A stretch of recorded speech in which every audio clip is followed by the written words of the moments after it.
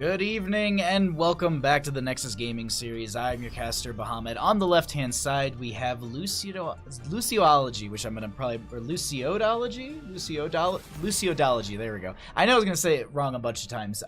We also, on the right-hand side, have 2Calculated2Throw. This is a Division D East matchup. And if you're sitting there wondering how we are going into our first map here, I didn't... one thing. Alright, well, either hold on one second. One little thing. Alright. There we go. Okay, I'm a little scattered. We had some map bans and such before we got into this. The coin flip was won by Lusciodology. Cursed Hollow was banned out by them. Sky Temple was banned out by the members of 2Calculated2Throw. The members of Lusciodology wanted first pick, so we are going to be having BOE chosen by 2Calculated2Throw. Go ahead and go back over to our draft here. It looks like didn't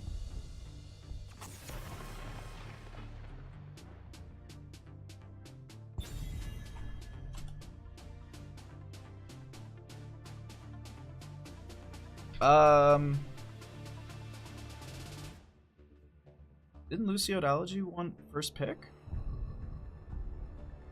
I'm confused. Do I have the teams backwards here? I can't. Hold on. Hold on one second here. Fear's the captain of 2Calculated to...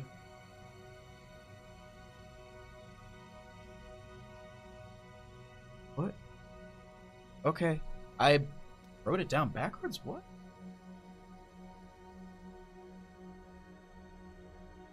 I'm confused by I juked my own self. Extra shiny head today. Thank you, Jamesters.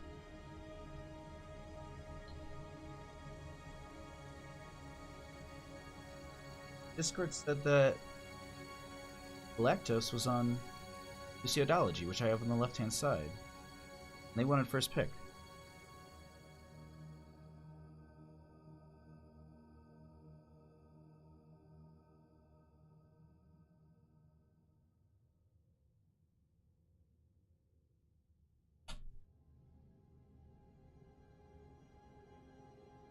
I'm just gonna double check with this really quick. I'm confused by it. I just swapped it over to Team 2.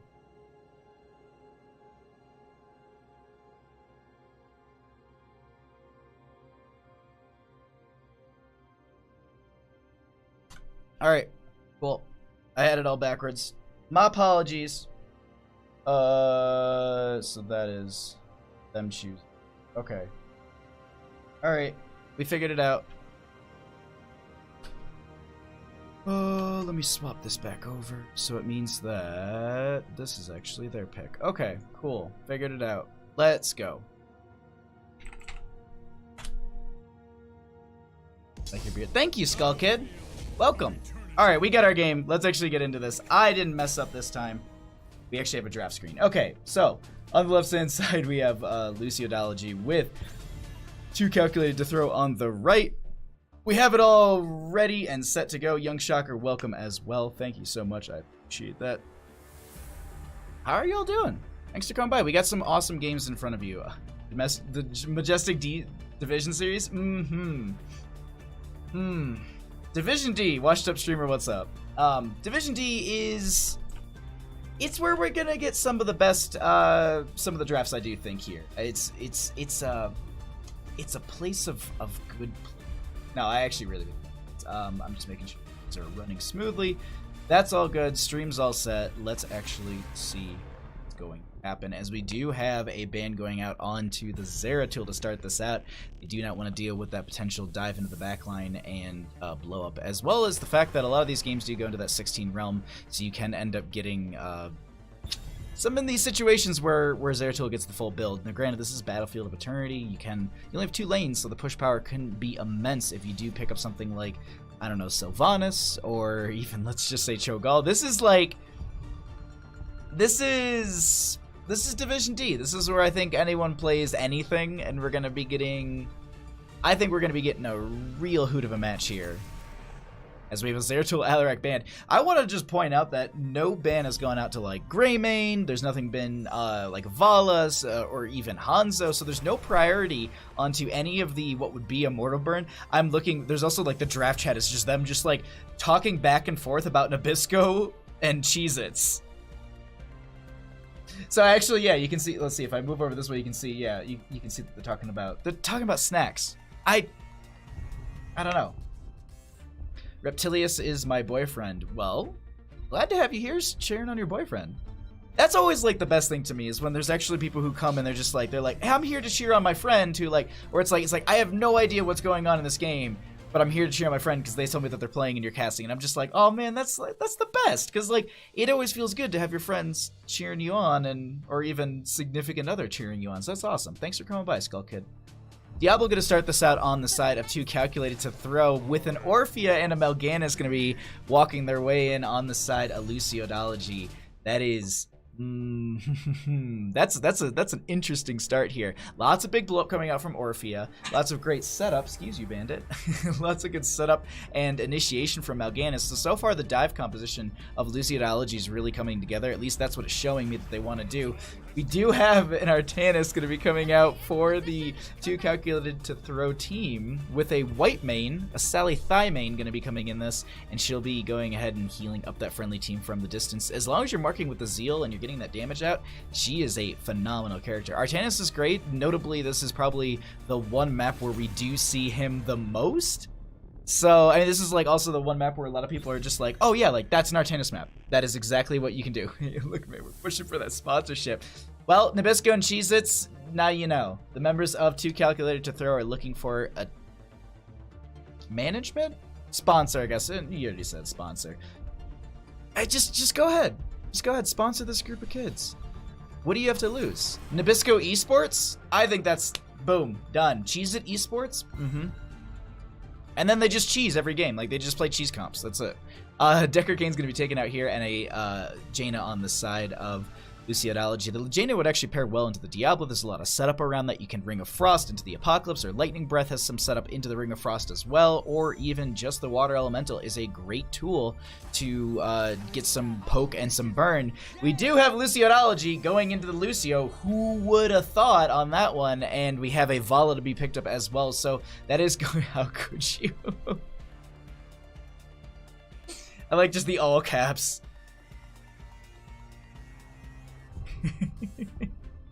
But the Vala's going to have really, really good burn onto the Immortal. These last two picks coming out from 2Calculated2Throw, they're going to need their main sort of damage onto the Immortal, something like a Greymane, or actually they could go Genji here and just do double reset composition. And holy crap, is Cassia gigantic compared to Li Ming. She is an Amazon. Yeah, she's an Amazon. So this is kind of like a big... I'm picturing like Xena Warrior Princess, but that's more like Sonya, if anything else. Last pick going to be coming out from the members of Lusciodology. They have this Melganis, and I was curious if it's going to be a solo lane or if it's going to be the main tank, and it's showing that it's going to be the solo lane Melganis. Or they could ETC in the solo lane, it's very possible as well. You can grab that stage dive, and it becomes a situation where he is kind of your global hero. It is, what is it, it's like an 80-second cooldown on stage dive, so not the biggest. You're only 5 seconds over. If it is 80 seconds, you're 5 seconds over what is pretty much everyone's, which is the 75 for Falstead, 75 for Haka. I think Brightwing's is 75 as well, but it is, you can go ahead and pick up the... I don't remember what it is at level 1 for Brightwing now. What the talent's called to actually reduce the cooldown on her phase shift when she's around friendly members. But hello, stream chat. Hi, I apologize. Welcome. Hi to everybody. Switch to Ori. Jeez. Options are endless. I wouldn't want to eat Oreos after Cheez-Its. I'm going to say that. Like, that would not be a good taste together. But Oreos and Cheez-Its on their own? All day. Well, not really, because I feel like I get sick. That's probably because it's like sugar and I shouldn't. Either way, let's go ahead and find our way into this first game. On the left-hand side, we are going to be having Lusciodology with Hentron going to be on the ETC, Eugenes. We're just going to go with Eugene is going to be on the Mal'Ganis. We're going to be having, oh, come on. Why do you do this to me? We're going to skip this for now. We'll do, Galactos will be on the Lucio. Lemony Fresh will be on the Orphea. And, Takaluli?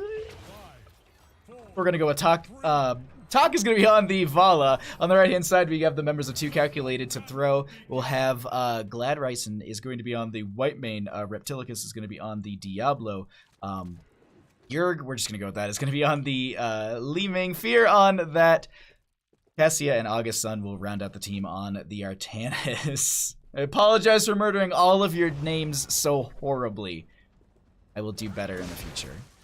I usually read them beforehand, but Discord and OBS were having some issues, so I was restarting them while we were doing coin flip, and that also leads to why we probably had the wrong draft pick to start out. But either way, we do have pretty much the standard build coming out from both of these. We actually have the block party from the ETC trying to just mitigate, I guess, some of the damage that can be poked in with the Cassia here.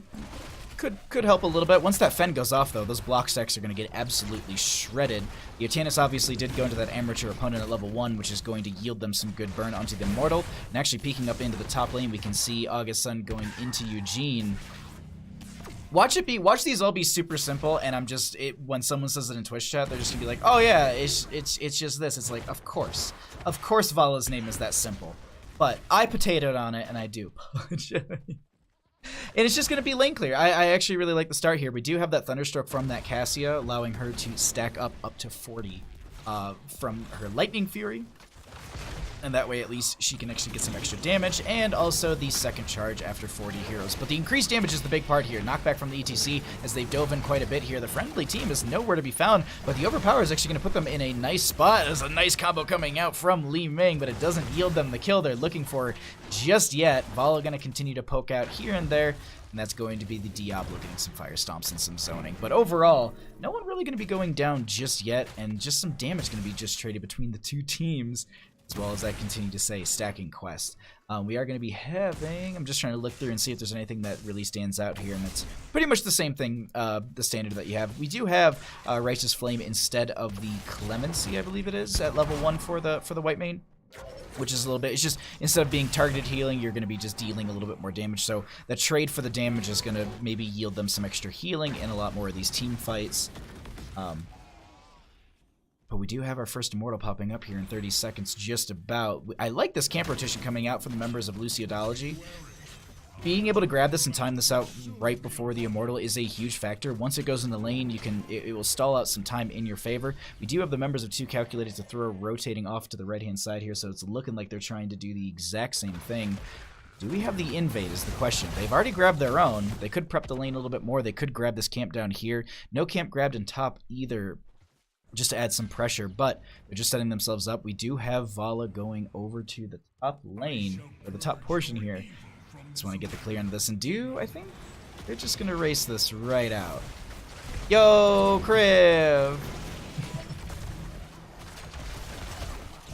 Ooh, wait, August Sun is going to be taking a lot of damage here. That's going to be the dive in from the Mal'Ganis. They tried. I think they have the Night Rush there at the last second, but the Overpower from Reptilicus is going to keep the friendly team alive. No death. Killless game so far. We have camps pushing up in these lanes. The one thing I do want to note is if these are left unattended, they will easily push through a fort, push through a keep. I've actually seen it happen over the weekend as well. So they are going to split off and go ahead and clear those out. And at this moment, when they see that Mal'Ganis on top and they've already cleared their bottom, they're going to rotate in here and try and get a fight. Diablo, huge shadow charge, but they're really focusing the ETC. You can see that Orphea was over here just kind of standing around doing whatever she wanted, so the focus of the team needs to change a little bit here. They're really wanting to get that ETC. Nice swap onto Lucio. Galactos is going to be taking a lot of damage here. Vala needs to work their way out as Diablo is getting poked down quite a bit, only sitting on 39 souls as well. They need to make sure that they're not going down. Won't be losing any of them, but it's not going to yield them much here as the knockback from ETC is so good. Galactos is going to have to just speed boost you out of there, either Hearth or tap their well and come back in this fight, but they seem to be going for the burn between the two teams, and with the amount of members that are up and available for the side of 2Calculated2Throw, it looks like that will be first Immortal in their favor. But at the same time, big thing to note here is that Lusciodology, they did work down the shielding on this enemy Immortal, so it isn't going to be the strongest thing on the world. but still that first Immortal. Sevens are very close, actually, for both teams. They could try and split off. Oh, I like this Bush party to try and even maybe go into the Mal'Ganis, but I think they've sniffed it out. They said, you know what, it's not worth it. And here, I don't know how I feel about this now, because you're putting your solo laner to push, and realistically, Artanis isn't the biggest sieger in the world. He's got some damage. Like, if you threw a Greymane down here, maybe, but with the damage between Lemony Fresh and Takulu, I think is right. You realistically didn't gain that much, and top lane, yeah, it went down just about the same. So you're, I don't know. I think if the 5 members pushed, you took down the fort, having that periodic catapult pressure and that passive experience gain, that's really what I think a team would be trying to focus on. But it doesn't seem like that's going to be the case, and that's, hey, play the game you want to play here. We are going to be having that Mind Devourer stacking for the Orphea at level 7, looking to make sure they're hitting those heroes with the Devourer talent like that right there. As it passes through them as well, it does stack up. Which actually, I say that now and I feel like it's not, but isn't it?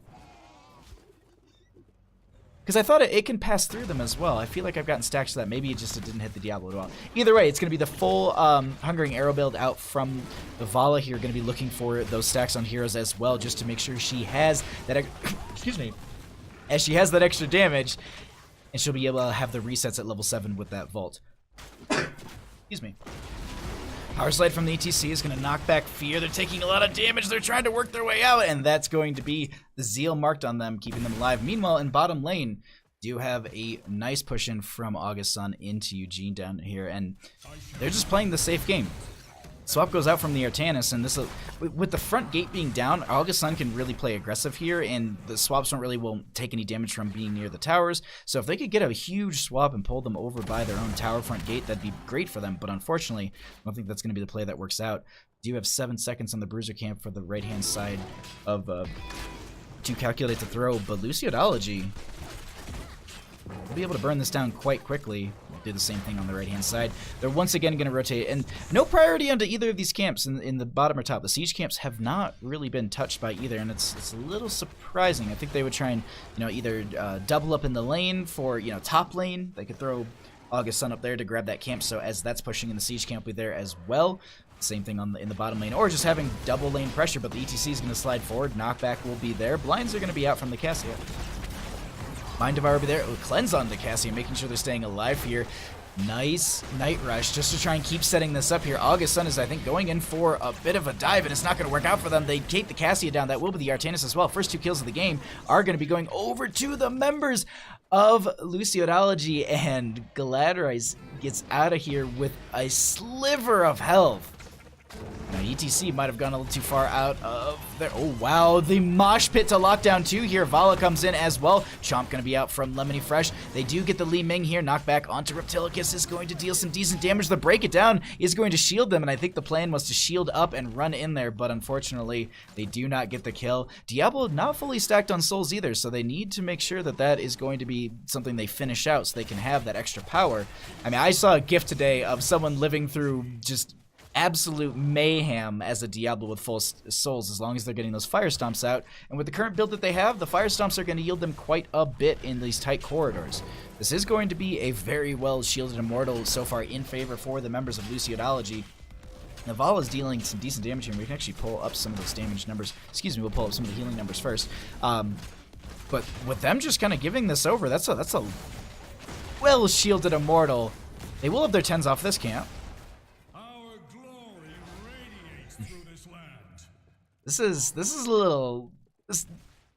That's cutting it close, I think, in my opinion. Just to grab the camp down there and then to rush back up into top for the defense. I don't know how I feel about that. Because the thing is, see, they've already prepped their wave. They could have actually run to the camp if they really, really wanted to run quickly, but that's beyond the case. They're just looking to... Now that they're in this position, they can siege out. I don't know if that makes any sense. Like, I was saying how you could either flank either side, and instead they were rushing it from the bottom. That does give some push power to August Sun in bottom lane. You are seeing them doing some decent push into the Mal'Ganis down there.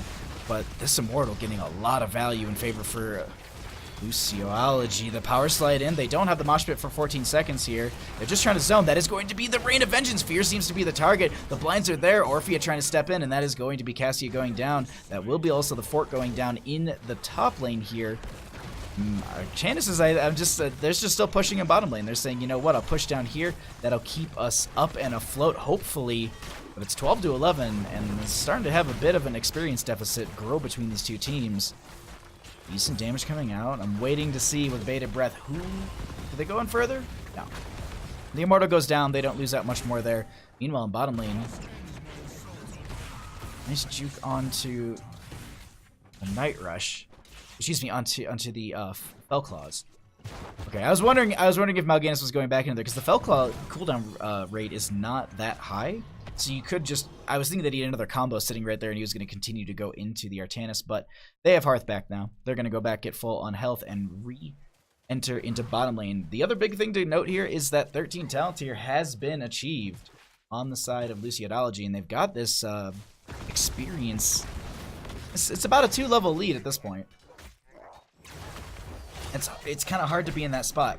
Also do want to note that those questing talents for Cassie are almost done. They rotate into bottom lane. I think they were trying to find a kill into the Artanis, but they are going to be playing safe behind the fort. Yeah. Wait, hold on. Knockback from the ETC. They do have Mosh Pit if they want to just single target Mosh Pit. This is going to be... Okay, I thought ETC was going to be pushing up there a little bit, but no, they don't. And looks like they're just going to go ahead and have the rest of the team take the fort. They'll prep this lane, but we should be having the Immortals popping up fairly soon. And with that, that should be back off, and they should be rotating off and grabbing some of the camps to pressure up the lanes during that time. They actually could maybe make the aggressive rotation and go for this, and I think that's actually the plan they're going for. August Sun might have the scout on it. Might have a big old fight breaking out over this, as ETC is going to have some knockback. We do also have the Encore from them as well, just for the extra knockback. Rain of Vengeance to just get onto the lead make a little bit. That is going to be the swap not connecting from August Sun. Ganis using that Bell Claws just to make sure that they stay out of that. And they're going to give this over by kind of pushing onto them a little bit there. That is delaying them from trying to get their own. So they will not have their Bruiser Camp pushing into lane. They do have this periodic catapult and a little extra pressure that's pushing up, so they say, you know what, let's get this cleared out.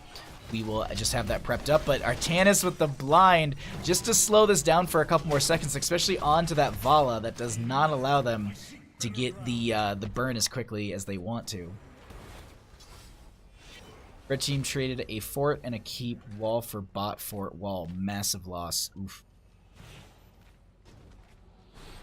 The question here is who goes in, and I was about to say we have to maybe wait a couple seconds here, but that is gonna be August Sun trying to dive in. The lightning breath comes out from Diablo a little far back, and it mostly just zones them back over to their own Immortal. We do have Mal'Ganis still showing in top lane, and with that they have to know that they need to rush in. They need to go in for this fight as quickly as possible. Swap goes out onto the Lucio. They're trying to focus here. That is going to be the Valkyrie out from Cassia. Lucio gonna break it down just in time as the Fen comes in. We also have the Rain of Vengeance now for the Vala. That is also going to be the Aegis from Whitemane. There's a Mosh Pit with the Eternal Feast inside. It does end. The Chomp goes out onto August Sun. That is the Artanis going down. 5-0 in kills. They have actually a little slow onto the Diablo. If they can find this Devil dead, that would be big for them, but I don't think that's going to be the case. ETC with another slide forward. Fear is the target. Another knockback going to be going out, but they're getting so low. Diablo Shadow charges in. They're trying to focus on this. Takulu is just looking to get this burn, and that is also going to be the Carrion Swarm out from Mal'Ganis, who ends up... Oh, they're so close. Cassie should be able to finish this out. She's going to get one more auto, and that is the Immortal going over. Once again, very, very strong in favor for the members of Lusciodology, and this Orphea is so low. They end up backing out just fine. Mal'Ganis re-engaging here. Fear seems to be the target, but they just say, you know what? Let's get back. Let's heal up. Let's also push with our Immortal. At least that's what I would be doing. Looks like they're just going to be going for some clear into top lane. They want to pressure that up a little bit more and just have those lanes ready to go in their favor, and now they'll be rotating down into bottom. This gives a few seconds over to the members of 2Calculated2Throw to grab some shield burn onto this. It's not going to be the quickest in the world, but you can see that it's still very, very... It's getting a lot of value for them here. And the one thing I'm wondering here is if they're going to try and end off of this. So we do have the Mal'Ganis and the Artanis in the top lane battling it out currently. Mortal is going to be getting some damage into this bottom lane. They can step up. Nice power slide forward. They have the cleanse was there in case there was going to be a mosh pit, but there's 25 more seconds left onto that one there. Scarlet Aegis and just about everything is up. Lightning Breath does come out to try and burn onto this Immortal as well as try and zone them away here. That is going to be the Eternal Feast, I think, going out. No, either way, Valkyrie does come out. We'll be pulling a couple members in here. Knockback from the Immortal. They want to try and end, maybe? I'm looking at this and I'm just like, you trying to end? Some poke coming out from the Vala. They also will be finishing out on requesting talent. That is 16 talent here in favor for the members of Lusciodology, and that is also one singular keep left up and alive. Rotate out of this and move into the bottom lane. They're going to go ahead and grab the siege camp, and with the 16 talent tier advantage that they have, they can grab these camps and maybe start to pressure onto the enemy side camps or try and look for some flanks, because with your 16 talents here, you want to try and at least keep that advantage way over the enemy team. So by making quick camp rotations, making sure that you're not losing out and they're able to gain. Because the big thing you can see right here is how they're turtled up and they're very far back. They're playing around their forts. They're really not coming too far out. Augustin will grab this camp, and that is going to be some added pressure for them, also some experience. But here's the rotation coming out. Lucio has the boostio. Rest of the team coming in here. Artanis says, nope, I don't want any of that. Knockback will be there. They're just trying to continue to pressure into this. I think they're going to steal this over. Without their 16 talent tier, it's not going to be worth it. And they just completely agree. They back off. With the aggression that they have across the map, I'm wondering if, yeah, it's Bruiser camp as well.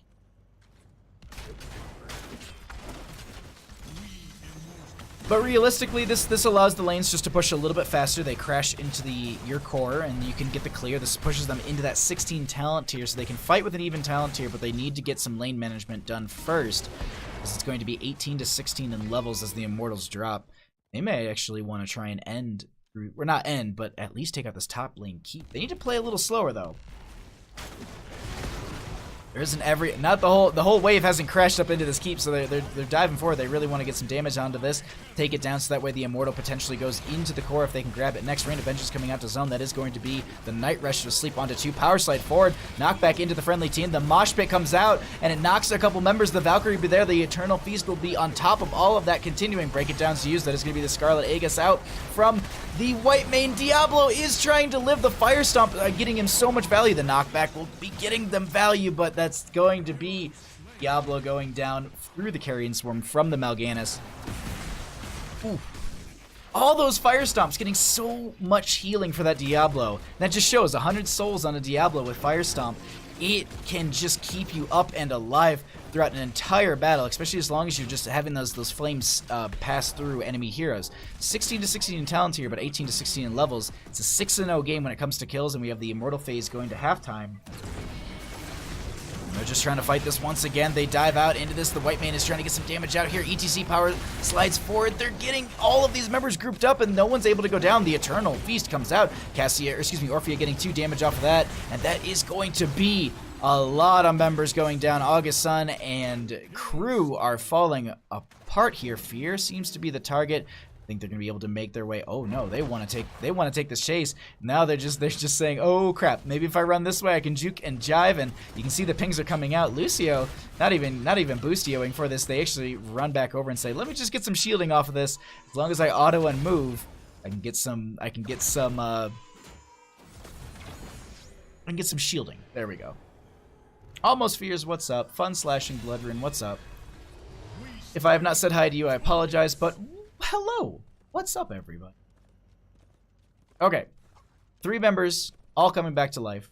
Immortal, catapults on core just about. This is a big defense, and they need like a minion on the side of Lusciodology. There you go. Passive experience soak will get them what they need. The thing is here is... It's 20 into 17. This is a hard talent here. We're in a late Immortal phase. Moves over onto the core. Artanis just trying to get some damage into this. They're trying to poke through. Blinds out as well. That's going to be a nice use to stall this out. Mosh Pit coming out from ETC. Knockback from the Li Ming will push them out, and that stops that. Core shield is going to be coming down here. Lightning Breath out from that Diablo. This core shielding is really coming down. That's going to be the bring it down from the Lucio. They're trying to stay alive. Meanwhile, Mal'Ganis in the backline is getting a lot of value here. That is going to be the Artanis going down. Mal'Ganis is just swiping as much as they can. That is the Eternal Feast coming out as well. And the core goes down. Game number 1 going over to Lusciodology. GG. Well played.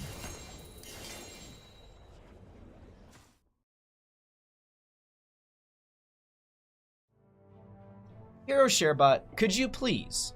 I have formatted my computer. I have removed you from my extensions. I have kicked you. I have banned you and I've muted you. How do you keep coming back? You're like the Jason Voorhees of Twitch.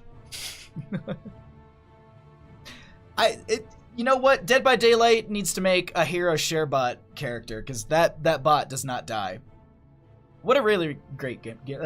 What a really great game number 1. There we go. I cannot talk. Let me get a message to the team captain and find out what they want to do. Where's Fear?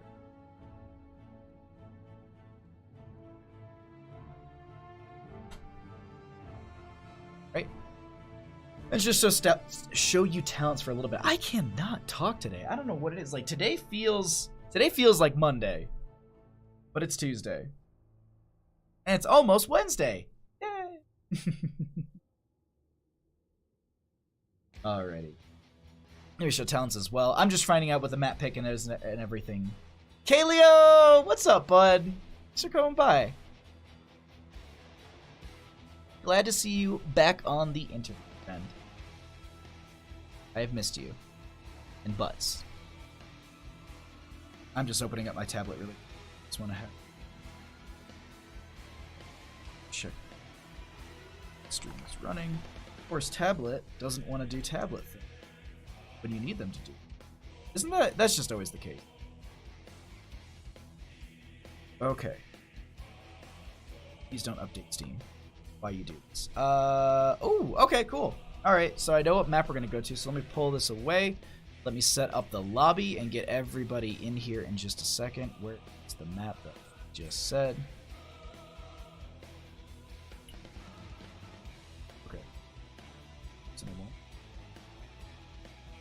Cool. Yay, we did it.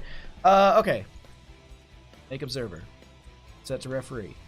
Don't screw up the draft this time. Don't do it, Bahamut. Alright, so they wanted map. It was that team. Just pick. There is invite to game. Same portrait. To game. You know who else keeps coming back? Butts. You can never get rid of the butts. Go calculated, I believe in you. Whiteman build was weird. I was hoping it would work. Builds weren't the issue. It's MVP. See the whole said she needed. Absolutely, BM. Spilled my coffee, so I looked away. Swap them over to there. Swap Fear with I actually gotta say, I'm probably saying it wrong, but Takulu, the Vala play in the last game, I think the Vala player was very good. Also, Lemony Fresh on the Cassia was phenomenal. I think what it came down to in that situation was basically Vala and Orphea were allowed to do whatever they want that entire game, and the members of 2Calculated2Throw, I think, were focusing on that ETC quite a bit. And it just allowed Cassie and Orphea. Sorry, I keep burping. I ate and then I chugged tea and then now we're here. But the Cassia and Orphea got Vala and Orphea got so much value, and they weren't really allowed. They weren't punished in any way, shape, or form. So I was thinking a lot of those swaps would be focused on that backline, but most of the time it was just displacing Lucio or ETC, and it didn't really work out for them. Or even the Mal'Ganis was just finding their way into the backline. So overall, it was those two players. They really did an amazing job for this game number 1. I'm just gonna ask the teams are ready. Not doing too bad. Having some internet right up. Staying back. I'm doing wonderful, Kaleo. It has been an absolute blast. Is this Karazim? Yes, I am Karazim. Let me just make sure that. Okay, so only one team has said they're ready. Because this is what happens. Like, more than one person in the same team will say they're ready, and then I'll take it as 2 people are ready. No.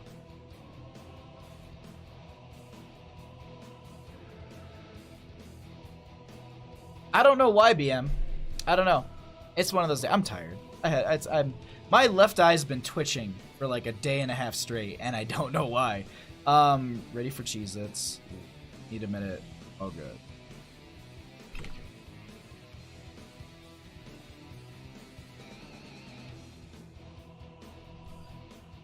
Okay. Alrighty, we got a minute or so here.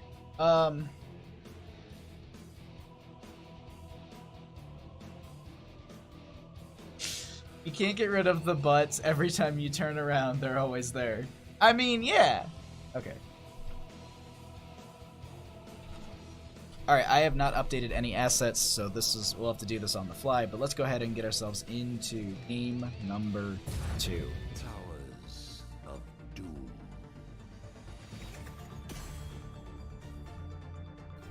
Alrighty, everybody, welcome back to Heroes of the Storm. I am your caster. On the left-hand side, up a game, we have Lusciodology, and on the right, we are going to be having 2Calculated2Throw. They have the members, and actually, I was like looking at the map draft screen thing, and I was just like, wait a minute, not there yet. There we go. So we actually had, this is our game number 2. The winners of the coin flip were actually 2Calculated2Throw. I have this backwards in my notebook. So they banned out Sky Temple. Cursed Hollow was banned out by Lusciodology. They went for first pick on the side of 2Calculated2Throw. Battlefield of Eternity was chosen by the members of Lusciodology and won by them. The losers, 2Calculated2Throw, have opted for Towers of Doom as map number 2. So let's go ahead get into this draft. We have a Kael'thas once again being banned out, as well as the, well, that makes sense that the Cassian, no, I'm just kidding. The Orphea is going to be banned out as well. Hey, Cactus Ham. God, I hate the eye twitch. I don't know what it is. I think it's just work stress. Because I always get it when I'm stressed out, and also I probably haven't been sleeping enough lately, so that's probably the issue. Artanis and Ming were the best Immortal burn, but every defense Artanis was the solo lane and not hitting the Immortal. True. Yes, absolutely true. Actually. Come on, Calculated. I agree. Like, I want a game 3 here. I want game number 3. Let's have that, please. All right. We are going to be having the Kael'thas Ana banned out. Orphea and Zeratul will not be making their way into this game as well. First pick, though, coming out from Lusciodology. This is like, so, and this, I feel like in my head this sounds like BM, and I don't mean it to be that way at all. This is Division D, and in Division D, it's pretty much the toss-up of just, it's teams who, like, are probably my yes! Oh, today is a good day. We don't need to talk about this. We don't need to talk about this. My boy is making it into game. Oh. Twitch Eye, isn't that just watching the stream? It could be August-san. Oh, hold on one second. I knew I could hear it going. 1 second. Okay, all right. Sorry, I had to restart my Focusrite interface. It's a bit of a butt sometimes. I haven't been sleeping.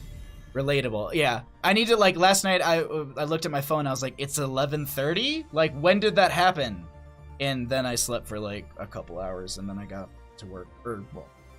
Anyways, Decker Kane, Mal'Ganis are going to be joining in on the side of Lusciodology. We have a Jaina and a Garrosh on the side of 2Calculated2Throw.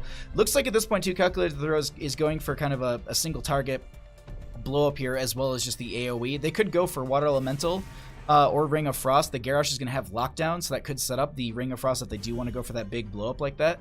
Don't be hating on Div D. I'm not trying at all. That's what I'm saying. Like, my whole thing is, like, you probably won't get a lot of, like, draft analysis when it comes to, like, what should be played, because this is Division D, and like I don't pretend like I understand Division D. That's really what I'm getting at right now. Is, yeah, exactly that. Like, I don't know what to expect. Like, in any other division, if you play Towers of Doom, I haven't seen Azmodan prioritized whatsoever, ban or pick. Here, my boy.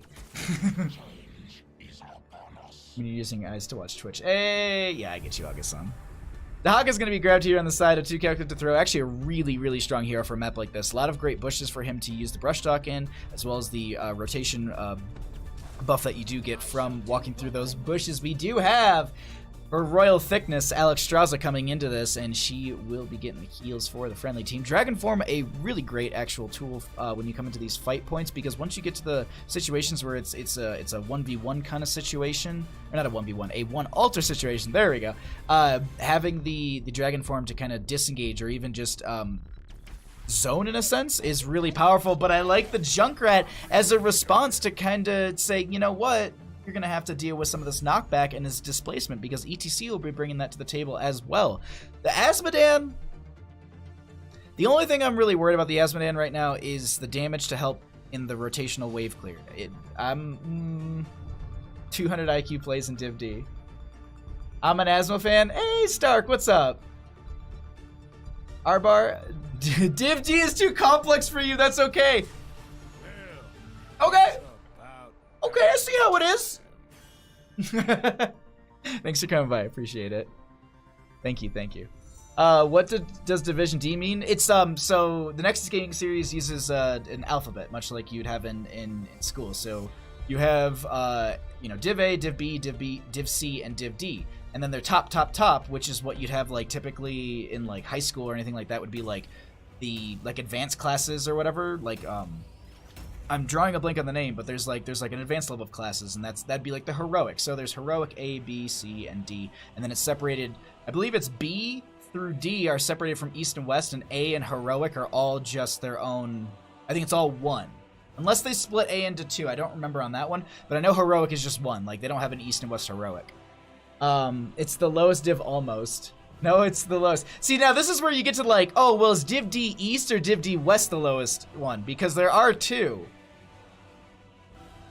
But it's great. Like no BM. Like I love all levels of play, and I'm excited to get to this Azmodan game. So let's go ahead and get ourselves into game number 2. On the left-hand side, we have Lusciodology with Lemony Fresh on the boy, the champion, the best, Azmodan. We're going to be having Eugene on the Mal'Ganis once again. Hentron is going to be on the ETC.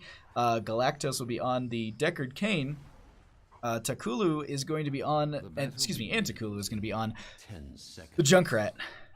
On the right-hand side, down a game, trying to bring us to game 3 with through Towers of Doom. Going to be having 2Calculated to Throw with Augustin on the Garrosh. Fear will be playing the Tychus, Gladrius? I'm saying that wrong all night. I know I am. Is going to be on the Alex Straza, and in the top lane, in the solo, we're going to be having Reptilicus on the Haka. I'm actually just noticing the solo laners and the main tank just swapped roles. That's a little crazy to me. Hold the phone! The damage that just came out, and wait a minute. Now I'm excited about an Azmodan game, but we're really about to go greed Lemony Fresh? We're about to be a greed Azmodan? We're about to be... Okay. I'll reserve judgment till the end. We actually have the increased range, the unraveled strength for Garrosh as well. Augustin is going to be going in for the extra range instead of the Warbreaker, which is going to be those stacks to actually get some extra slow and just the extra damage. ETC will be going into the Proc Rock at level 1, so going to be looking for the extra beefiness to that cow. And then we have Fingers of Frost from that Jaina, so she's going to be making rotations as well, trying to get those regen globes. I love watching Heroes of the Storm as long as it's, yeah. Will we see any Division A games tonight? Unfortunately, not from me, Filthy Filth. We have a Division B game after this, though. Look, I swear I'm not dyslexic. Oh, I'm very dyslexic. I'm very... Sometimes the words just want to be backwards or different. It happens. I do my best. We do have the Azmodan stacking up, though, quite a bit, so we'll see how that actually works out for them as we continue here. I like, is it what is it, just GG already being called on stream? That's it? I gotta say though, like, there are little things that were added in with that Deckard Cain skin, like the potions going into being like little canteens. That's so good. And then just the other little like factors, when you actually just saw the scroll of ceiling that went out, it actually made like, it has like a little electricity noise. It's so good. Womp womp greed. Greed. And double. Lemony Fresh. I got words for you. Now, you can play your Azmodan however you want. You can actually take the cooldown reduction from auto attacks at level 7, which will help with that talent as well, just so you can actually mitigate that. But I do apologize for talking about Asmodean stats, as we do have the ETC going down right by their own gate and right before the altars spawn here. The death timers aren't the longest in the world, so they might be able to stall this out, and they do have some decent poke actually across the board from both teams. They can stall out this bottom one quite a bit, and you can actually see Lemony Fresh and August Sun just kind of circling around it. Lemony Fresh looking for those stacks as well. And now we just go into this altar phase. Typically, we actually see the left and the right being traded out, but a high priority between these two teams for these top two altars. And I think they want to go for more than just... They want to try and go for all three on the side of Calculated to Throw, but they might have split their assets quite a bit. That is going to be the root coming out from the Decker Kane. Knockback and sleep onto Reptilicus. They get the kill onto Jaina. Dragon Form going to be popped from the Alexstrasza. They've picked up the right-hand side. They've given over 1 kill. Death timers are low. That is going to be Hentron taking a lot of this damage, but they end up just getting right out of there. Nobody's stopping the Decker King just yet, and they've moved their way up onto this. Asmodean going to be rotating up to help the friendly team, and that might have not been the best call. Nice dunk going to be coming out to stall this out. August Sun just says, I'll keep channeling. It doesn't matter. They are going to be walking forward for the toss. Okay. This is going to be laser coming out from Lemony Fresh as well. This is going to be hard for them to deal with, but meanwhile, they don't have an Asmodean for this top fight. Jaina is coming back. Galactos, can they get in? Can they get the channel? Yeah, it's going to be the channel for the Galactos. So, while this is all happening down here, Lemony Fresh will be trying to grab the other side. We do have Jaina looking for a flank, but it might have been a little too far, or at least not communicated, but the burst is coming out. Lemony Fresh taking a lot of damage here. I don't think there's another toss out for the Garrosh, but they might be able to chase this. Decker Kane with the healing, actually going to take it himself, and they just disengage. Well, at least that fight disengages. Now we're coming back into this one. Dunk coming out once again from Asmodean. Knockback from the ETC, pushing a couple members into that rooting, which is really good. Oh, they get the kill onto... Ouch. Mal'Ganis goes down. 1-for-1 trade so far. Knockback from ETC, but they might have gone too far forward there. The root comes out. Asmodean, can they finish this up? Do they have a dunk to maybe get a couple of these members? They go for the minion wave instead. And Galactos will grab this last altar. 8 core points, 8 shots of damage going into the core of 2Calculated2Throw, and Lusciodology is going to be only losing for themselves. They grab the siege camps, and this is the one thing that I always talk about on this map, and I will continue to do so, especially this evening. Sapper camps. Sapper camps are so important, as well as the bottom lane that you can feed them into. If you can take out this one of the bottom forts, which will eventually become keeps at a point once you get the actual teleportation thing. But you can see here, so we have the next altar phase is going to be in this bottom and this mid-bottom area. If you actually take over the enemy side fort and they can't rotate through this lane because of the fact that, well, they have to rotate past their fort, or your fort now, they have to come through these choke points, and that's really good for your team. You can sit up in these tight bushes and then catch them as they funnel through. Same thing with just above us, and I thought I was about to miss a death there, and I was like, whew, okay, we're good. But either way, like, it's very, very strategic to be able to hold that bottom lane over, and you can take that into your own games because it's just, there's such a high value holding that lane. And then once you actually have the bell tower converted, you can feed the sappers in through that lane and potentially get extra core damage in your favor. Yeah, it's a weird dunk there. We actually have only 84 stacks on the Asmodean thus far, so maybe they're just hoping for that black pool at level 10, excuse me, tide pool. Hold on, ETC with the power slide. They're going to be trying to get the steal onto this, and they actually do! The timing on that's so good. The lock from Decker Kane will be caught onto Fear here, and a lot of damage is coming out from the Junkrat. If they can get the range onto this, that'll be so perfect. The knockback just saves. Oh, the knockback saves the Tychus, but here's the thing.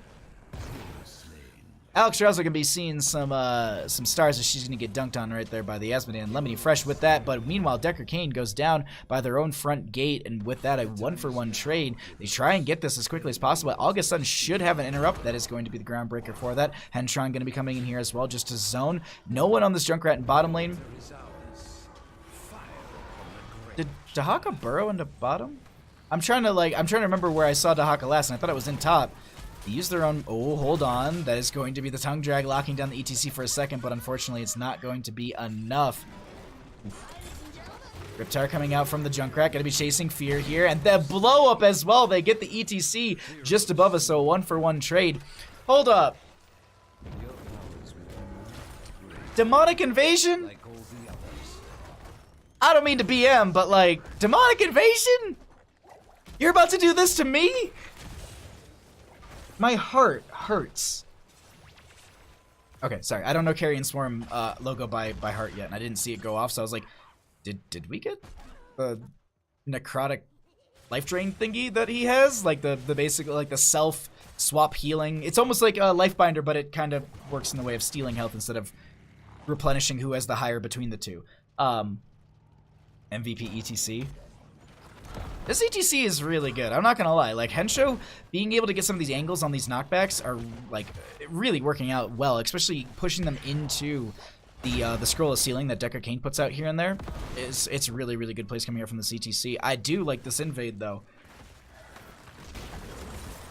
They don't know where the enemy team is, but they grab this camp. This is such a powerful move because you can take this off the table. Now you can at least feed this into the bottom lane, work down that a little bit more, and try and at least have some advantage in your favor.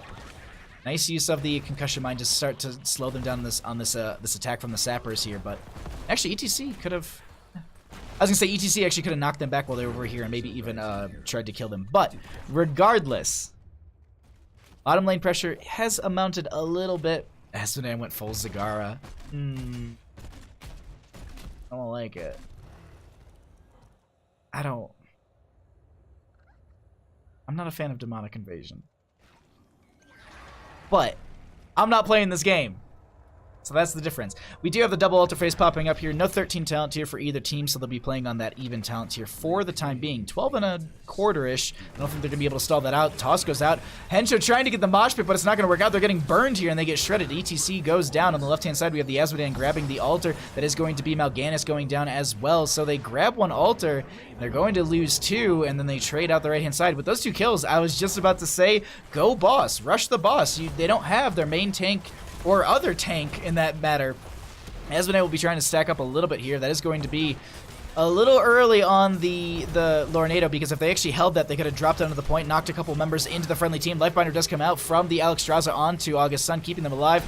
Riptire will be good as well. Boss gets captured, and that is hold on. That's going to be the toss going out onto...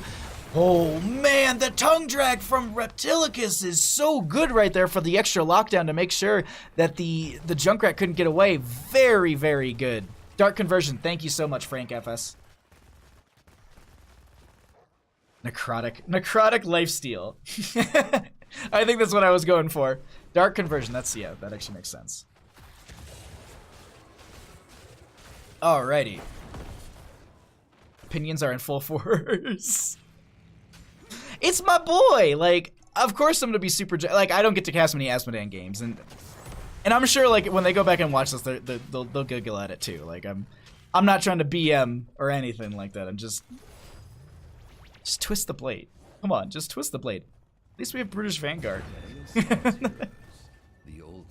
Single altar phase is going to be popping up here. 28-20 in core health. It's actually a very, very close game, and we are getting into that later half, and Asmodan is almost fully stacked on that greed. Then they're going to be looking for the extra 200 on top of that for the full damage off of their own, oh my god, their baseline. The mosh pit comes out. That is going to be August Sun getting caught in, but they have the Ring of Frost catching so many members here. Riptire's out from the Junkrat. Huge value. Decker Kane goes down. Jaina goes down. 1 for 1 so far. Fears the next one on that Tychus, and that's a 1 for 2. They actually have Asmodan finishing the stacks. Knockback with the concussion mine, but it doesn't send them in the direction they want. That will zone them away for now, and Mal'Ganis gets the channel. Nice plays coming out from the members of Lusciodology, putting 4 more core damage into the side of 2Calculated2Throw. But this is Towers of Doom. Chat, this is Towers of Doom. We like it just because it's 28 to... I can't tell you how many games are 24-4 and it goes down to a final boss fight or a final sapper push or just a final single altar phase. So I always get excited about Towers of Doom because it's just you can't really rush core per se. I mean, you can get the barrage and convert all the bell towers and get it that way. Yes, absolutely. They have the bottom lane converted. They've got 6 sappers that they want to try and push in down here. Jaina is trying to get the clear onto this as quickly as possible. And the friendly team on the side of Lusciodology says, we need to go in. We need to try and find this power slide from the ETC. Knocks back the Garrosh, and that's going to be the Indomitable use as well. But unfortunately, that is not enough. Garrosh goes down. And with that, they have 6 sappers they're trying to push in here. Jaina trying to also get that damage with the Blizzard. If they can just clear a few of these, ETC with the power slide into the death zone sends them flying back here, and a lot of the sappers go through. I do believe that is 5 in total that went over the wall, and that is going to take them down from 16 to 11, 28 to 11 in core health right now. Boss comes up, and I think, okay, boss comes, I thought it was a minute, in 2 minutes. The altars rise again. Okay. Triple altar phase here. If they can get all 3 of these, that's going to be all she wrote. And the members of Lusciodology are going to be taking this in a 2-0 fashion. But oh, it's close. It's close. If they get all 3, that's it. Boss comes up in a minute 40. This bell tower phase is going to take, I think, a little bit longer than that. Dahaka has the brush stock. They could go in bottom. They could have actually... Oh, wait, hold on. That's going to be a toss going out onto them. The Warlord's Challenge will be there as well. The isolation, everything is being used, but the Lornado is so good it keeps them up and safe. Carrion Swarm is going to come out just to try and get some healing off of August Sun as they rotate back into this. That will be Alex Strauss trying to get the channel. That is also a dunk coming out. ETC with the mosh pit, but there's going to be Mal'Ganis going down. That's going to be the ETC going down. Fear is so low. That is going to be the Lifebinder off on the Alexstrasza. Left side was picked up, and so that is going to be 4 shots into their core, but they can rush into bottom. A minute on that boss currently. Dahaka uses the brush stock. They go straight into bottom, and I wonder, can they catch someone in the rotation into bottom? Junkrat trying to get oh my god, trying to get the stall on that with the spread launcher, but unfortunately it's not going to work out for them. And I do apologize, I haven't shown this all game. It's just been fairly close, but so since we've had 16s for a couple minutes here, let's just go ahead and at least show some of the other stats across the board. Lemony Fresh is going to be targeted. Can they get the burst onto the Azmodan? Self-dunk just to get some extra stacks. Lornado comes out. Warlord's Challenge will be pulling them back into them. That is the Azmodan down. I don't think there's a toss available for August Sun, as they're looking for it, though. They're trying to walk right next to this Deckard and trying to push them. That is going to be right back in the friendly team. Do they have the tongue drag? Don't even need it. That will be Deckard Cain going down. Boss is up in 12 seconds. Sappers are up as well. They could try and do something with that and push those into the bottom lane as well, but that isn't going to be their focus at the moment as they're looking for this mercenary camp. Sappers to push through there. 3 members still down. The boss laughs, and you know that they're on the map. You got to go for it. With 10 seconds for 2 members and 20 on the Deckard? Yeah. Oh yeah. Don't worry. I'll get to the actual hero damage. I'm just cycling through all the numbers really quickly. I'm telling you, 2Calculated2Throw. They could be bringing this back. This is Towers of Doom. Oh, if August Sun could have got the toss there into the ETC, that could have been devastating for them. Single altar phase is going to be popping up here. This is where I was saying they should have been grabbing these sapper camps to feed into bottom. They could have had a total of at least 5 shots going in, as well as that boss. So they're evening this up quite a bit, but they're making some I would say slower plays. Lemony Fresh going to be running in towards the Mal'Ganis and just staying safe there. Comeback time. It's possible. It is definitely possible. We'll go back over to the towns just to see what people are sitting at. 302 stacks in that Azmodan. Single altar phase. Won't end it for either team. But definitely could put them in that real risky position. Mosh Pit. Oh my god, that's going to be the Draken Laser Drill as well. Spread Launcher getting that value. That is also going to be the 3 shots going into their core. Excuse me, everybody going down, or at least 1 going down here. 2 going down. That is going to be... That's honestly... You take that trade every day. They managed to get the bell tower, so they got 4 shots into the core of 2Calculated2Throw. While the ETC got a huge mosh pit. They didn't get many kills off of that, but that allowed them to go ahead and get the capture onto the bell tower. If you lose 3 members there, and you put them in almost a checkmate-ish position, I wouldn't say checkmate, but a check position here. They can, if boss is up, they need to watch for that. If they can convert the bottom bell tower, they can go for that. If they get 1 altar in the next double altar phase, that could be the end of it. So there's so many things. I love this UI showing all the stats. Oh, that's just me cycling through them. I try and do it, I try and have a habit of doing it as much as possible, but I will, like, legitimately forget to, like, level 16. I'm like, oh, crap, because I try and do it around, like, level 7, like, that 7 to 10 area. I try and do it then, and I try and do it from the 16 to 20 area as well, just to give, like, stream an idea of what the stats have been in comparison if you are a stat, because some people, they care a lot about the stats. Some people don't care whatsoever about talents. Everyone's got their own thing. All right, all the lanes are being pressured up quite a bit here. This is double altar phase. This could be really close. This could put them into kind of a 6-3 range if they can get both of these. Oh, they're not going to be able to set this up. They could just dive onto the ZTC. Not going to be the case. Warlord's Challenge goes out right there. Doesn't connect. Dunk out from the Azmodan just to poke out a little bit more. Blink from Jaina to make sure they stay safe. They do have their 20 talent tier over the other. Power Slide from ETC. If they can get a single pick here, that'll be huge for them. That is also going to be Alexstrasza grabbing the first bell tower in this, so they get the 5 shots in. Draken Laser Drill just to zone, but this is going to be a single altar phase down in this bottom portion here. Rest of the team will zone. Alexstrasza going for that. Junkrat gets popped right there, and they don't get the convert onto this bell tower. Chat, this game is getting real close. When is boss up? Sorry, 1 minute 49, so, oh wait, hold on, Ring of Frost comes out, that's gonna be the toss going out to the Mal'Ganis, the ETC gets popped like a pimple. We do have the Carrion Swarm just to keep them alive, as well as the Lornado to push them back.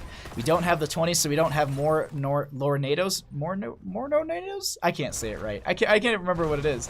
Talk about high. As it does finish their 400 stacks.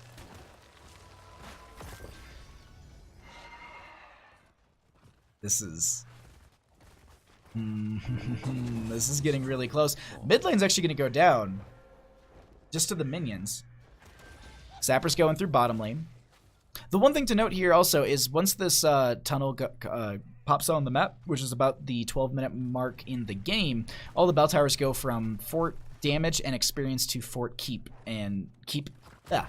To keep damage and experience. I don't know what it is. My brain apparently just wants to mix everything together. But they do have this. If they can get these 3 sappers in, that'll be huge. Garrosh also can use the toss ability onto the sappers and throw them in to the death zone, so they do actually get that proc. We do have Takulu is just trying to stall this out as best as they can. Bell tower gets converted in top. Single altar pops up in 30 seconds here in the bottom lane. 1 sapper I think went through. August, you can toss him. All right, 1 sapper went through. Oh, if Dahaka's getting the clear onto this, but they have the brush shock. He'll be absolutely fine. Oh, this is really close. Let's pull away the stats and talents right now. Let's just, oh wait, Dahaka with the brush shock right onto them. That's the power side. They're very low as well. I don't know if they have the essence. That will be the isolation. Reptilicus goes down first into this. That will be the Ring of Frost coming out as well. No one being hit by that. Lornado's out. ETC goes down. Deathmosh is there, but no one's going to be standing in it. Fear is just trying to work their way around this. Meanwhile, we have the Alexstrasza who's going for the channel here. If it isn't interrupted, that'll be huge for them. That is going to be the Junkrat going down. We have the root onto the Tychus who's trying to stay alive, but it's not enough. Alexstrasza be getting slept there for a second, and it's a 2-for-2 trade thus far. Azmodan with these dunks won't be able to get them. Oh, that's going to be a toss that goes out, and the burst is going to be there on the Decker King. Can they follow up the blink forward? They're trying to pick up their own potions. Stun will be there, but nobody is in place for the channel just yet. 30 seconds on average across the board for some of these members, and it looks like they're going to give this over. I told you, chat, I told you these games can absolutely go to like it can be a 24-4 game, and it goes down to the wire. This is why I love Towers of Doom. I absolutely love this map for this exact moment. Oh wait, are we about to? There's no way. There's no way they're gonna throw over this boss. Dahaka with the brush stock forward. They're starting it. Oh boy. August-san with the zone here. ETC is back. We also have Junkrat just about to get back. Oh, they gotta go quick. That is gonna be the taunt out from August-san just to try and zone them for a little bit. Lornado already comes out as well. Did they go into the extra Lornados? I don't know. Ring of Frost comes out. The boss point is going to be available. They're trying to stay on this. The tongue drag's gonna be there. They're on the boss. The mosh pit's there as well. They get the shots, and that is going to be the members of 2Calculated2Throw going down, and the series is won by Lusciodology. GG. Well played.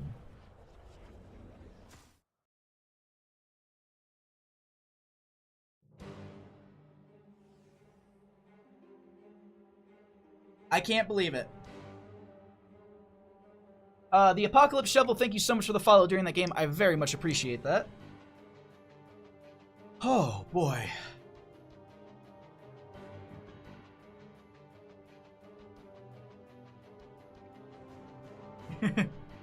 You told us.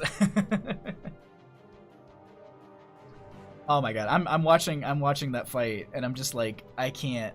Yeah, BM, I'm seeing, yeah. Don't like this, I don't like this. Yeah, not like this, not like this.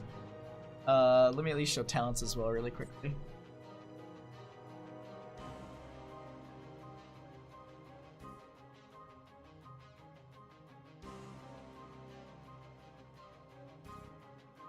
That was a really good game. Let me get a message out to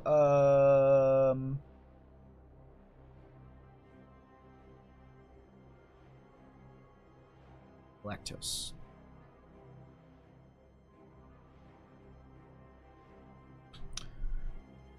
Whew. The throw, no, that was such a good game. That was such a good game. Use Dragon too early? I think so. Go into the chat channel. We'll just.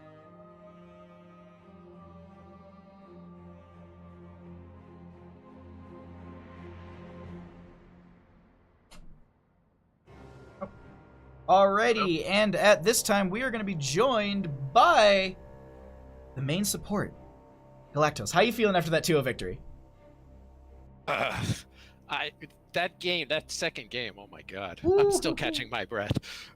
I want to talk about that specifically. Game number 1 was really good on Battlefield of Eternity. That was yes, very, very good. But game 2, I think, was the real nail biter. And so first off, you got a first pick, Asmodan. Was there any sort of priority? Because it's your boy's an Asmodan main, filthy Asmodan main. Was there any sort of priority in saying like, hey, we want to make sure that we're stacking up, and what was the reasoning for not taking anything like a Gul'dan or I know it was banned out, but like a Kael'thas or a Jaina or anything just to kind of like prep the wave, get the clear a little bit quicker? Our Asmodan player is really good. He's on that, so we really wanted to just focus on that and play for the late game. So we just wanted to lock it up and make sure that we had one really strong, solid. It was really, really good. Overall it worked out super strong for you. Demonic Invasion, I'm gonna hold my tongue on that one. I'm not as up on the Asmodan talent, so I'm gonna just leave that one. No, it was a really, really good play and really good sieging that came out from them. When it came down towards that end boss fight, let's talk about that where they're rushing boss, and I'm sure you all knew that they're going for boss. What are comms like? What is the plan going into a situation like that? It was basically just, we were waiting for the rest of our team to get there and just, kind of don't die. I was just trying to stay off on the side. I had the bottomless flask, so I just wanted to set those up as best I could. And, we had the Lornado and the Mosh and the Root, and we were just hoping that we would get enough to be able to, get some kills and get them on there and off the point, and that's the way it worked out. So we're actually pretty calm going into it. The big thing was on that bottom, the bottom tower, where we thought that half of our team did not realize that we thought we were going to lose the game. We got it. We didn't realize the tower split until some of our calmer teammates pointed out that we could give that one and we would still be in it. So that was when we backed off and said, let's just lick our wounds and get geared up for one. That was such an insane end. And with the global pressure that they had and all of that, was there any? How do you discuss your macro play at that point when there is a Dahaka on the game in the game and you don't really have anything to kind of deal with that per se? Was it a little chaotic when it came to deciding what to do there, or was it just like, all right, just keep an eye on and make sure that we kind of watch for the brushstock? And we just kind of wanted to keep an eye on where he was. We wanted to keep pressure on top to make sure that he was kind of tied up, and we considered briefly going going stage dive instead of mosh pit. We talked about but decided just to kind of just have somebody try to have eyes on him and see where he was going. I actually got to say, on the note of your ETC player, they were absolutely insane. The 5-member mosh that they got in that bottom lane where there's the Draken laser drill actually blocking the own team from trying to get back out of there. So good. And then just that mosh on the boss is just perfect. And then having Death Mosh on top of it, well, yeah, you burst on my ATC, they'll continue to keep going. So I just, whenever I see good play like that, slid, I don't know if you saw it, but in one of our fights, I know he slid across the line into their base just to stun a couple of people, and we were trying to get an extra kill behind the line. I saw, it was actually, I think I even caught it. Yeah, I was like, he slid into the death zone basically to try and get 2 more kills. I was like, that's some big plays trying to be made here. But they're amazing but I gotta games. Give, their Garrosh was nuts. He was just. August Sun was really good on that Garrosh. It was very good. Yeah. But actually at this time, just kind of wrap up our interview. Before I let you go, any shoutouts that you'd like to give? Just to our team and certainly to I remember who it was. I think it was 2Calculated2Throw? Lemony Fresh who, Oh, who Lemony Fresh. noticed that we could actually abandon the bottom battle and just move up. So that was to him and to 2Calculated. They were that second game was just. And so I look forward to going back and watching the cast on that. So I want to give them a huge shout out. They were right there with us that whole game. That was nuts. That was absolutely awesome. Well, thank you so much for the games. Thank you so much for the interview. Best of luck. Yeah, and thank you further for down. casting. Oh, absolutely. It was my pleasure. I can't wait to see you guys further down in the Nexus Gaming Series season. It's a lot. Alrighty, well, you have a good one, and have a great night. Bye. Alrighty, everybody. That is not going to do it for us. We have another matchup in about 15 minutes. Leapin' Lemur. As I said, I can't say words tonight. I don't know what's up with me. Thank you so much for the follow. Pre-Run03, thank you so much for the follow as well. Welcome, everybody. We are currently in between our two matches this evening. So we are going to get set up for the Division B East match up. Team Flippy Boy? Oh, yeah, because Garage. Division B. So I got to update a couple. So I will be kind of looking all around, and then when I have to do coin flip, back on the bandit camp. But for the time being, you get my lovely face, and I just want to say thank you all so much for hanging out with me this evening. I do a lot of casting, pretty much casting. If I'm not casting, I'll be usually like playing Hero League or Team League or something along those lines, or trying to sail the seas with Cat Peach to find more Kraken. But yeah, if you are enjoying the stream and you like what you see here, please go ahead and hit follow. If you'd like to support the stream further with a subscription or donation or bits or anything like that, is very much appreciated. All the bits, donations, subs, any of that money, I do not use personally. I put it right back into the stream, whether it's to buy a new like audio setup, which we actually did over Christmas. That I basically saved up all my subs and I bought a new microphone to bring you a little bit better audio, as well as an XLR interface, so that way we can get into that XLR not motif, but area and realm of just audio, so we can work on that. I have a couple other things already in mind, but I know the next Twitch payout, we're going to be doing a Bark Box for a couple months with Bandit, and we'll do like a whole opening thing on stream with him, because who doesn't want to watch Bandit excited about a Bark Box? But yeah, so that's me. Welcome. Thanks for hanging out. Liking the positivity from me? Thank you. I try and be very positive. It's very easy to be like just upset all the time. The world is not the most fun place. But like it's not always bad. So that's how I look at it. try and enjoy every day. Either way, thank you all so much for being here. I really appreciate it. I'm trying to get all the other stuff set up around before we get coin flipping. Should check. See, teams, are they ready?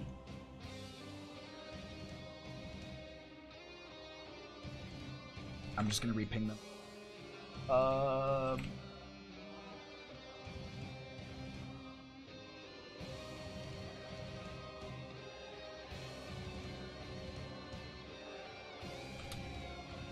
Okay, I just sent them another message just to do see what coin flip and all of that is going to be there. GG's to Lusciodology as a nail biter. It was. It seriously was a nail biter.